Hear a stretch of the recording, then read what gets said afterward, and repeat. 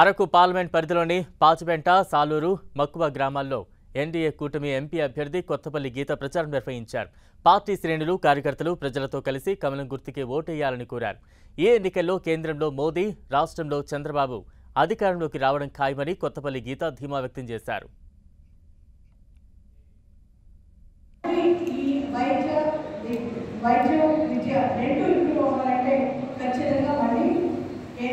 నరేంద్ర మోడీ గారు రాష్ట్రంలో కూటమి ప్రభుత్వం చంద్రబాబు నాయుడు గారు అధికారంలోకి రావాల్సిన అవసరం ఎంతైనా ఉంది.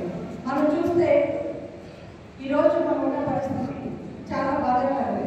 రాష్ట్రం ఈరోజు కంప్లీట్గా మండలి లేని తలకాయ లేని మండలిగా తయారైంది. మనకి ఈరోజు రాజధాని లేదు, అభివృద్ధి లేదు, రోడ్డు చూస్తే లేదు.